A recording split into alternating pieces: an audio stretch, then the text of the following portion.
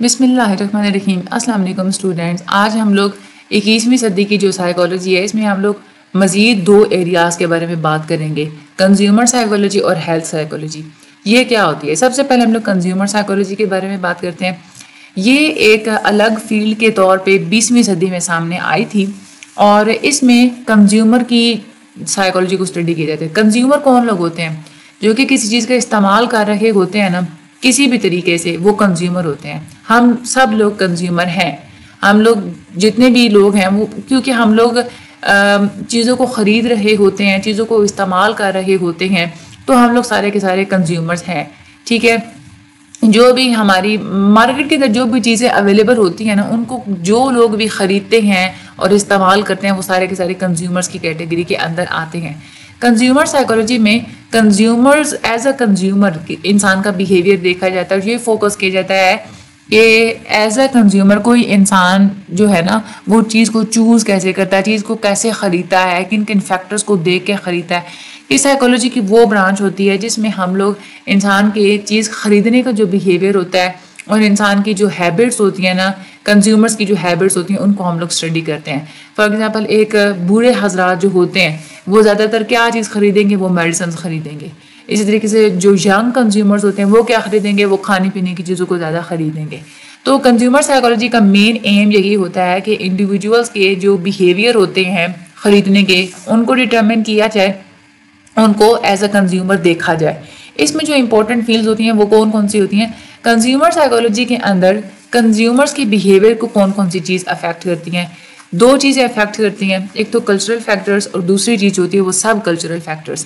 Cultural factors کا مطلب یہ ہوتا ہے وہ فیکٹرز جو کہ اوور آل ہر کسی جو کنزیومر ہوتا ہے نا، جو انڈیویجولز ہوتے ہیں ان کے بیہیویئر کو افیکٹ کر رہے ہوتے ہیں، ٹھیک ہے۔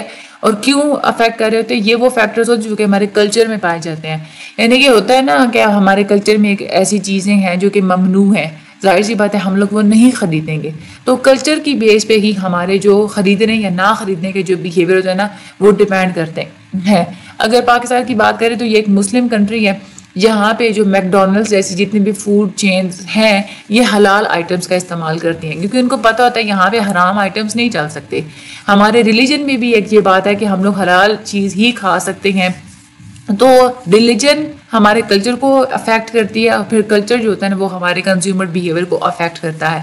تو کلچر فیکٹرز کو مد نظر رکھنا آرگنائزیشنز کے لیے بہت زیادہ امپورٹنٹ ہوتا ہے۔ اگر آرگنائزیشنز کلچرل فیکٹرز کو مد نظر نہیں رکھیں گی تو سروائیو نہیں کر پائیں گی، ٹھیک ہے۔ تو کنزیومر سائیکالوجی کے اندر کلچرل فیکٹرز کو پڑھایا جاتا ہے۔ اس کے بعد سب کلچرل فیکٹرز، ایک تو ہوتا ہے نا ایک بہت بڑا کلچر ہوتا ہے پوری سوسائٹی کے اندر، اس کے علاوہ بھی سوسائٹی کے اندر چھوٹے چھوٹے جو کلچرز پائے جاتے ہیں ان کو ہم لوگ سب کلچرل فیکٹرز بولتے ہیں۔ فار ایگزامپل اگر سندھی ہیں، ان کا چیز خریدنے کا بیہیویئر ڈفرینٹ ہوگا as compare to the Punjabi, ٹھیک ہے، کیونکہ ان کا کلچر ڈفرینٹ ہے۔ ہر جو بھی صوبے ہوتے ہیں نا آپس میں کلچر ڈفرینٹ ہی ہوتا ہے۔ اب یہ والے جو کلچرز ہوتے ہیں نا یہ بہت زیادہ اثر کرتے ہیں آپ کے پرچیز بیہیویئر کو، اس لیے کنزیومر سائیکالوجی میں اس کو بھی اسٹڈی کروایا جاتا ہے۔ کنزیومر سائیکالوجی سوشل گروپس کے بھی انفلوئنسز کو اور فیملیل فیکٹرز کو بھی دیکھتی ہے، ٹھیک ہے۔ سوشل گروپس کا مطلب یہ ہوتا ہے کہ انسان جس جگہ پہ رہ رہا ہوتا ہے ارد گرد کی جو سوسائٹی ہوتی ہے نا وہ جو انسان کو افیکٹ کر رہی ہوتی ہے، یہ ہم لوگ سوشل گروپ کے زمرے میں لیتے ہیں۔ تو کیونکہ یہ چیز بھی افیکٹ کرتی ہے تو سوشل گروپس کو اسٹڈی بھی کروایا جاتا ہے کنزیومر سائیکالوجی کے اندر۔ فیملیل فیکٹرز بھی ہوتے ہیں، کیونکہ انسان کی کس قسم کی وہ فیملی میں رہ رہا ہے یہ بھی ڈیپینڈ کرتی ہے ایک کسی بھی انسان کی کا جو بیہیویئر ہوتا ہے اس کے اوپر۔ تو فیملیل فیکٹرز بھی پڑھائے جاتے ہیں کنزیومر سائیکالوجی کے اندر۔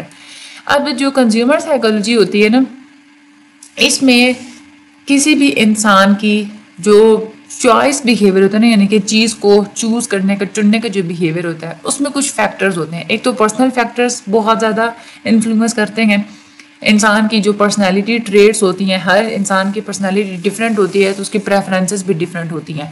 انوالومنٹ فیکٹرز بھی ہوتے ہیں۔ انوالومنٹ فیکٹرز کا یہ مطلب ہوتا ہے کہ کوئی انسان جو چیز خریدتا ہے نا تو ڈیسیجن لینے میں کتنی دیر انوالو رہا ہے، جس کو ہم لوگ انوالومنٹ فیکٹرز بولتے ہیں۔ فار ایگزامپل اگر آپ لوگوں نے کوئی مہنگی چیز خریدنی ہے نا تو آپ زیادہ سوچ سمجھ کے آپ لوگ ڈیسیجن لیں گے، تو اس میں آپ لوگوں کی انوالومنٹ زیادہ ہوگی. تو آپ لوگ انوالومنٹ فیکٹرز بھی دیکھتے ہیں، میموری فیکٹرز بھی بہت زیادہ افیکٹ کرتے ہیں. اگر کوئی انسان ہے خاص قسم کی ایڈورٹائزمنٹ اس کو یاد ہے، اس کو مد نظر رکھتے ہوئے کوئی چیز خرید رہا ہے، تو ہم لوگ کہہ سکتے ہیں کہ اس کے چوائس بیہیویئر میں میموری فیکٹرز کا رول ہے. اس کے بعد ایویلیویشن فیکٹرز بھی ہوتے ہیں، یعنی کہ انسان پروڈکٹ کو پرسیپٹ کیسے کرتے ہیں، ایویلیویٹ کیسے کرتے ہیں، کیسے سمجھتے ہیں، اس کی کوالٹیز کو کیسے دیکھتے ہیں، جج کیسے کرتے ہیں پروڈکٹ کو. یہ والے فیکٹرز بھی ڈیٹرمن کرتے ہیں انسان کے چوائس بیہیویئر کو. اس کے بعد پوسٹ پرچیز بیہیویئر، اس کا مطلب یہ ہوتا ہے کہ جب انسان ایک دفعہ کوئی چیز خرید لیتا ہے نا، تو اس کے بعد اس کا کس قسم کا بیہیویئر، وہ سیٹسفائی ہوا ہے یا نہیں ہوا، تو یہ پوسٹ پرچیز بیہیویئر آ جاتا ہے. یہ والے جتنے بھی ایریاز ہوتے ہیں ان سب کو کنزیومر سائیکولوجی کے اندر اسٹڈی کروایا جاتا ہے، اور اس لیے سائیکولوجی بہت زیادہ ایک امپورٹنٹ برانچ ہے. مارکیٹنگ ٹیکنیکس کا استعمال کیا جاتا ہے اس برانچ کے اندر، تاکہ کنزیومرز کی جتنی بھی ضروریات ہیں، ان کی جو خواہشات ہیں، ان کو آئیڈینٹیفائی کیا جائے اور اس کی بنیاد پہ ہی آگے جو ہے نا وہ پروڈکٹس وغیرہ بنائے جائیں. اس کے بعد دوسری جو ایک اور فیلڈ ہوتی ہے that is a health psychology. یہ بھی ریسنٹلی ڈیولپ ہوئی ہے. اس میں دیکھا جاتا ہے کہ نفسیات کا کیا اثر ہوتا ہے صحت کے اوپر، لوگ کیسے صحت مند رہ سکتے ہیں، لوگ کیوں بیمار ہوتے ہیں، جب وہ بیمار ہوتے ہیں تو وہ کس طریقے سے اپنی بیماری کو رسپونڈ کرتے ہیں. یہ سب کچھ ہم لوگ ہیلتھ سائیکولوجی کے اندر دیکھتے ہیں. اس میں جو سسٹمز پڑھائے جاتے ہیں وہ باڈی کی مختلف سسٹمز پڑھائے جاتے ہیں، جیسے کہ کارڈیو واسکولر سسٹم پڑھایا جاتا ہے، بلڈ کی سرکولیشن کا سسٹم آپ لوگوں کو پڑھایا جاتا ہے، نروس سسٹم پڑھایا جاتا ہے. یہ وہ سسٹم ہوتا ہے جو کہ دماغ اور نروز کا جو سارا سسٹم ہوتا ہے نا، جو کہ پوری باڈی کی فنکشننگ کا ذمہ دار ہوتا ہے، یہ نروس سسٹم ہوتا ہے. اس کے بعد انڈوکرائن سسٹم، یہ باڈی کے اندر جو مختلف قسم کے جو گلینڈس کا ایک سسٹم ہوتا ہے وہ انڈوکرائن سسٹم ہوتا ہے. اس کے بعد ڈائجسٹو سسٹم، کھانے کا ہضم کرنے کا جو سسٹم ہوتا ہے that is a digestive system. Renal system جو ایکسکریٹری سسٹم ہوتا ہے، یعنی کہ ویسٹ مٹیریل کو باڈی سے ایکسپیل کرنے کا جو سسٹم ہوتا ہے، یہ آپ لوگوں کا رینل سسٹم ہوتا ہے. اور ریپروڈکٹیو سسٹم آپ لوگوں کو پتہ ہے کہ آگے پرو کریشن کرنے کا جو ایک سسٹم ہوتا ہے ہیومن بینگس کا، اس کو ہم لوگ ریپروڈکٹیو سسٹم بولتے ہیں. یہ والے سارے سسٹمز ایک تو دیکھے جاتے ہیں ہیلتھ سائیکولوجی کے اندر. اور اس کے بعد ہیلتھ سائیکولوجی میں یہ بھی آئیڈینٹیفائی کیا جاتا ہے کہ آپ صحت کو مینٹین کیسے رکھ سکتے ہیں، بیماریوں سے کیسے بچ سکتے ہیں.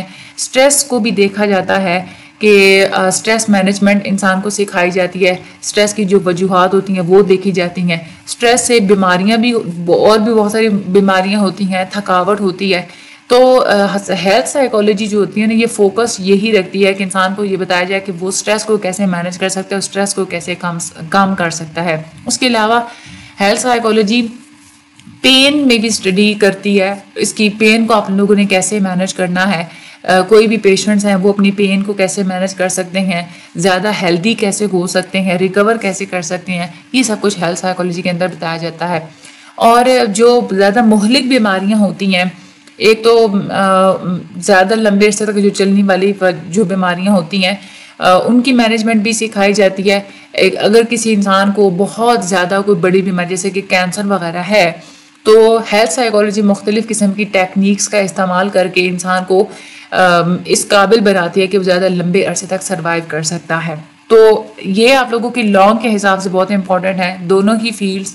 تو آپ لوگوں نے اس کو اچھے طریقے سے کر لینا ہے، ٹھیک ہے.